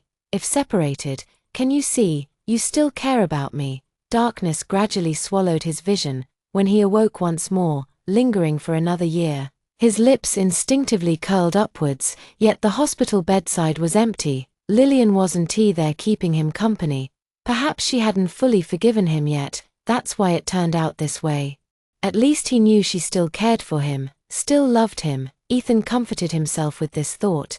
But when he recovered and was discharged, he discovered that the neighboring courtyard had long been abandoned without anyone noticing. In just a few short days, weeds had overtaken the garden. The little grave covered in flowers was gone, and all the animals had vanished. Everything related to Shin had disappeared, as if it had never existed, like a dream she had conjured up. Lillian lingered for another year, gritted her teeth, and punched the wall. With a loud thud, bright red blood seeped from her knuckles, staining her entire hand. The pain was real, it wasn't an illusion. No matter how oblivious she had been before, lingering for another year, she finally understood now. That day, Lillian hadn't truly cared for him or loved him. Her frantic efforts to save him were merely out of fear that he might actually die in her courtyard, a matter of life and death. Otherwise, why hadn't she visited him even once in the hospital? Staring at the desolate courtyard, lingering for another year, curled her lips bitterly. If separated, you really know how to torment me. Finding something the first time makes the second search less daunting. Yet within just 7 days, Ethan once again uncovered Lillian's trail. This time, however, alongside the small animals, there was a young Chinese man by her side, with a radiant smile. He gently examined each little creature one by one and gave a precise assessment after checking. "Miss Shin, you've been taking excellent care of these fur kids. They're just struggling a bit with the adjustment to a new environment. A few more days, and they'll be bouncing around happily again. Feel free to contact me anytime if anything comes up. Thank you, Dr. Jiang. I really appreciate it. Without you, I wouldn't know what to do with all these animals." Lillian managed a rare smile these past few days. Moving with a whole pack of little animals was no easy feat, even with money. Fortunately, she had good luck. Right after arriving here, she met Jiang too, this young and promising veterinarian. Jiang too had an affable baby face that easily won people over, yet his figure was neither thin nor short. On the contrary, he was robust and strong, even matching Ethan in height. Shaking his head casually at Lillian, he chuckled teasingly. "With so many animals around you, you've practically guaranteed me a steady income. Hardly a hassle. Besides, I live nearby, no need to see me out." As Jiang too raised his hand, medical kit in tow, preparing to leave, he unexpectedly came face to face with a visibly upset Ethan. "Nyan Ruoli," Ethan began, his voice low and simmering. "You once promised me you'd only ever love me, that you'd never love anyone else. Does that promise still stand?" A faint sense of danger flickered in Ethan's piercing eyes as he deliberately pressed further. At these words, Jiang too came to an abrupt halt, the warm smile on his face fading gradually. "Oh, really, sir, I don't recall hearing that Miss Shin has a boyfriend or husband, so what does that make you, if you're an ex? It's best not to cling to unnecessary possessiveness to avoid becoming annoying, since it's all in the past anyway." His words were laced with knives, each one stabbing straight into Ethan's heart. Ethan's face darkened like ink, but he refused to show weakness, forcing the words from the depths of his throat. "Sorry, but irrelevant people shouldn't speak out of turn.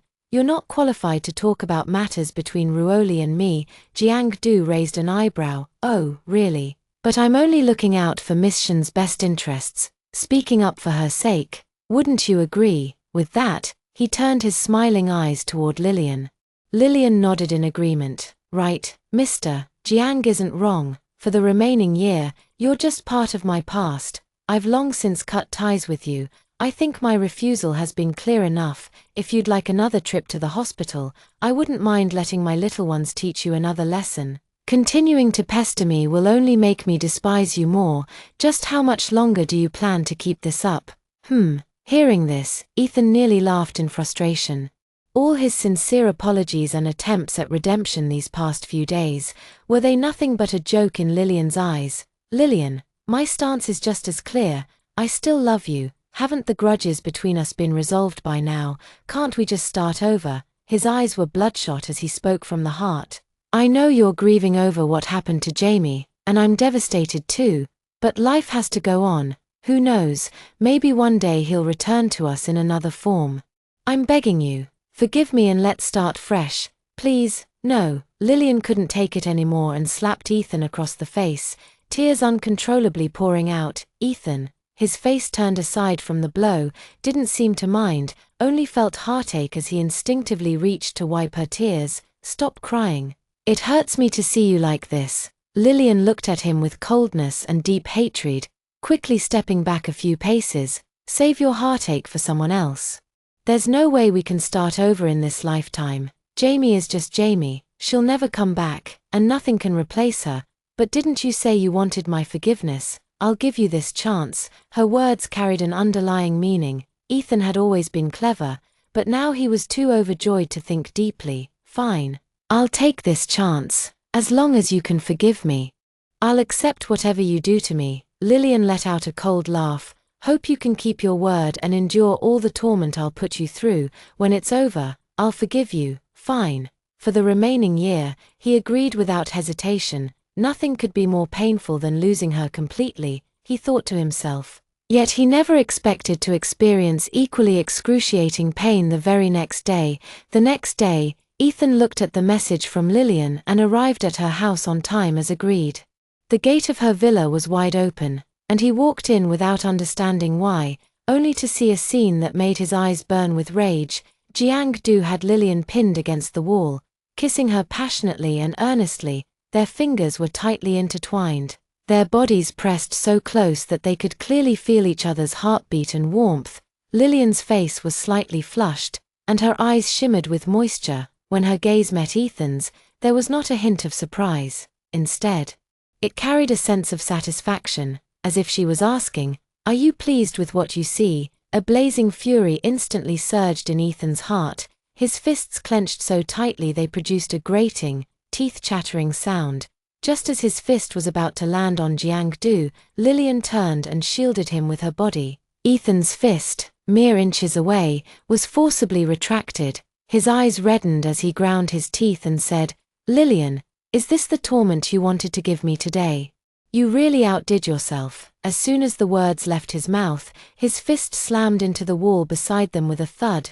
Meanwhile, Lillian remained lazily nestled in Jiang-du's arms, their fingers still tightly interlaced.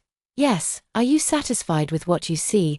Didn't you ask me to torment you, to forgive you? Back when you brought another woman before me, the pain in my heart was no less than what you're feeling now. It's only fair you get to experience it too." Hearing this, Ethan's face shifted through a range of emotions before finally turning as pale as paper, devoid of any color. It was true. He had always loved her, and only her, yet he had also truly hurt her by being with another woman. What should have happened? What shouldn't have happened? It had all happened. Now, he was simply receiving his just deserts, but his heart felt as if it had been torn open, a gaping wound, raw and bloody, with the wind howling through. "I'm sorry for being born so powerless."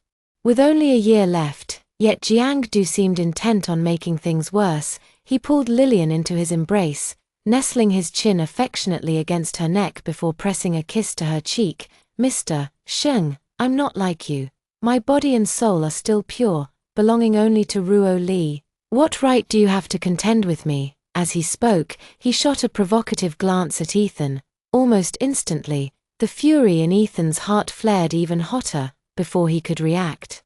Jiang-du feigned fragility again. "Mr. Sheng, you wouldn't be so angry that you'd resort to bullying me, would you? Ruo Li, if he hits me, you'll stand by me, right?" Lillian didn't hesitate. "Of course, I'll always stand by you, but with me here, I won't let you get hurt." The familiar sight burned into Ethan's eyes, piercing his heart like a dagger. In the past, he had treated other women the same way, deliberately provoking Lillian. Now that the tables had turned, the pain was unbearable, crushing him beyond measure. This time, Ethan truly understood his mistake. His face drained of color as he staggered out, fleeing like a wounded animal. Yet Lillian's expression remained indifferent. "This is just the beginning. If you can't handle this now, the torment ahead will be far worse." Jiang-du slowly released Lillian, his gentle smile unwavering as he wiped the traces of lipstick from his fingers. "I'd be happy to cooperate in this little act with you moving forward. Though, wouldn't it be nice if things turned real someday?" "Though what?" Lillian asked puzzledly. Jiang-du smiled faintly and shook her head. "It's nothing. You must have misheard. There's nothing going on. I should get going now. Feel free to contact me whenever you need assistance again. There's a whole bunch of little animals waiting for me." Shen Luoli nodded gratefully and saw her off, with the cats and dogs following along affectionately. nuzzling against her, Jiang-do, before long. The villa returned to its quiet state. Lillian went back to her room and began her daily routine of cleaning her son's urn. Jamie, have you seen the pain of this past year? It's still far from enough. What he owes you, what he owes me. He can never repay it in this lifetime. But continuing this cycle of revenge is exhausting me. It's exhausting to stay entangled with the past year, and it's exhausting to put on an act with Jiang-do. Jamie, you wanted me to live well, but right now, I just can't. Lillian felt no satisfaction from revenge, only complete exhaustion in both body and mind. For several days, she joined forces with Jiang-do, exhausting every method to torment Ethan, until one day, Ethan suddenly appeared before Shin, holding a whip with sharp barbs. Wolin, it was my fault in the past. I wronged you and Jamie. I said I'd endure any punishment. I'm not angry that you kissed Jiang-do. I just hope you can forgive me sooner. However you punish me is fine. He said before kneeling with a thud in front of Lillian, pressing the cold, gleaming whip into Lillian's hand. Vent your anger on me. Hit me as many times as you want. I'll endure it all. Yet, after handing her the whip, it slipped from Lillian's grasp and fell to the ground. Find someone else, she said coldly, stepping past him to leave. But Ethan wouldn't give up. Instead, he called for his bodyguard to whip him instead. The bodyguard hesitated for a long time. Trembling as he held the whip, Boss Shung, are you sure you want me to hit you? You won't punish me afterward, dock my pay, or... Only after receiving a firm confirmation did the bodyguard dare to begin. The sickening cracks of the whip echoed throughout the entire villa, interspersed with Ethan's repeated apologies. Ethan's entire body was soon covered in lacerations, blood pouring incessantly and staining the floor red. The sight alone was enough to make one shudder, yet, he remained upright, gritting his teeth and enduring silently. Even as the pain blurred his vision and nearly made him faint, he didn't utter a sound. After what felt like countless lashes, he looked as though he'd been pulled from a pool of blood. There wasn't a single inch of unbroken skin left. The bodyguard's hands trembled, too afraid to continue, but from the depths of his throat, Ethan forced out one word, more. Left with no choice, the bodyguard had no choice but to obey. Lillian watched coldly, feeling no heartache or sorrow, only an overwhelming exhaustion. Suddenly, the world spun before his eyes, and he completely passed out before he could fully lose consciousness. He saw her collapse, ignoring his own injuries. He rushed to steady her. Just as he tried to lift her into his arms to take her to the hospital, a searing pain tore through his limbs, nearly bringing him to his knees. Let me handle it, breaking from his usual gentleness. Jiang-do wore a grave expression as he scooped up Lillian and carried her to the hospital. In the past, Ethan would never have allowed a rival to take Lillian away, but desperate times called for desperate measures.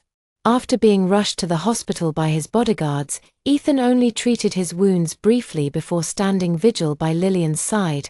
After the examination, the doctor delivered the results. Miss Shin's body has suffered too many injuries and is weak, but that alone wouldn't cause her to faint. Her condition stems from psychological issues. You'd best take her to a psychiatrist. Hearing this, Ethan froze. Psychological issues. But she seemed fine just moments ago. However, Jiang-do, standing nearby, showed no surprise and took Lillian to see a trusted psychiatrist friend. Let's get her properly checked. Her psychological condition must be severe.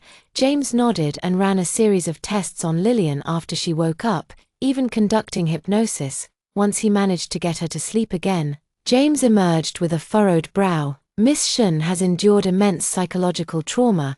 Her mental state is extremely pessimistic, if not for her son's dying wish urging her to live. She might have already succumbed to suicide. However, her condition showed signs of improvement when left undisturbed for a while. Interacting with animals can have therapeutic effects for those with psychological disorders.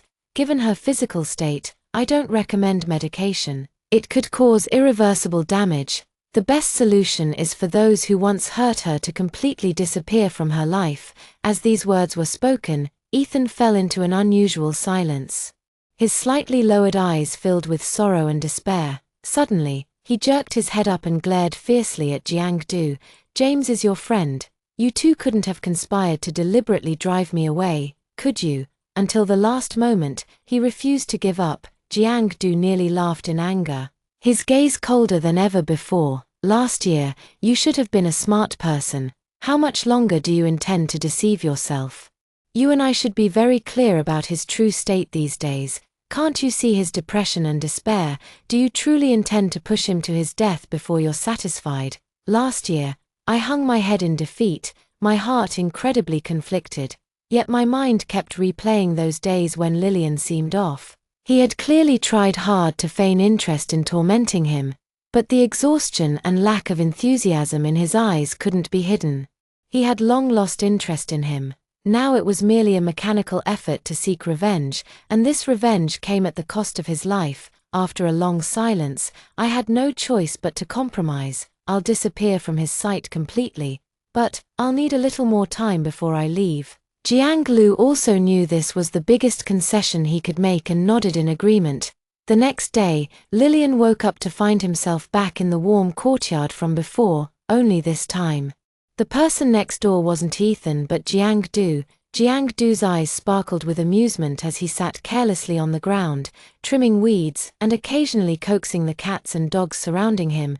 How did I end up back here? What about last year? Shin-chan was still uneasy, warily scanning his surroundings. Stop looking, I drove him away. He won't appear before you ever again, Jiang-du said softly, laughing. How did you manage that? He's so stubborn. He wouldn't have been willing to leave. Lillian was utterly puzzled. Jiang-du told her the truth. Because you developed a psychological disorder, the psychiatrist said he shouldn't continue appearing before you. So, for your health, I drove him away. But you don't need to worry too much about your condition. Just like before, take care of these little animals, play with them more, talk to your son often, and occasionally buy them some toys. Relax, and you'll get better. Lillian thought for a moment, then nodded. All right. A heavy weight in her heart suddenly lifted, leaving her unexpectedly relieved. For once, she gave a genuine smile. Thank you for helping me so much. I don't even know how to repay you. Lillian hesitated. Should she sit on the ground and pull weeds alongside him? Jiang-du laughed heartily. Repaying me is simple. Just pay me a little more. By the way, you still owe me for my friend's consultation fee. I covered it for you, feigning greed. He grinned. Lillian immediately transferred him a generous sum, twice the amount, and Jiang-du didn't refuse, accepting it as naturally as anything. Only by interacting like this did Lillian feel at ease. After finishing the weeding in the yard, Lillian belatedly noticed that the many cats and dogs in the yard were rolling around, covered in mud. Everything was a chaotic mess. Lillian felt her blood pressure spike. Her depression faded instantly as she hurriedly worked with Jiang-du to handle the pandemonium. In a distant corner, a man dressed entirely in black, wearing a black mask and a cap, quietly watched the scene. His fists clenched and unclenched repeatedly, and his heart ached as if bleeding. Still, it's good. At least he can live happily in this world. Not forever gone, not severed between life and death. That's enough. Ethan exhaled deeply, his entire figure radiating sorrow. After a long while, as night fell and the clamor in the courtyard finally settled into silence, Jiang-du returned to his own home. The remaining year passed quietly, unnoticed. He had promised Jiang-du that he would never appear before Shin-chan again, nor could he frequently stay by his side. Even hiding in the shadows was forbidden. If he appeared too often, she would inevitably sense something amiss. To prevent his condition from worsening, he could only visit once a month. If his condition improved in the future, the frequency could be adjusted accordingly. Even so, compared to the previous year, this was already more than enough. He couldn't afford to lose him again. Because he was his only one left, Ethan swallowed all his sorrow and left the empire under the cover of night. Goodbye, Lillian. See you in a month. After returning to the capital, Ethan erected a cenotaph for his son Jamie.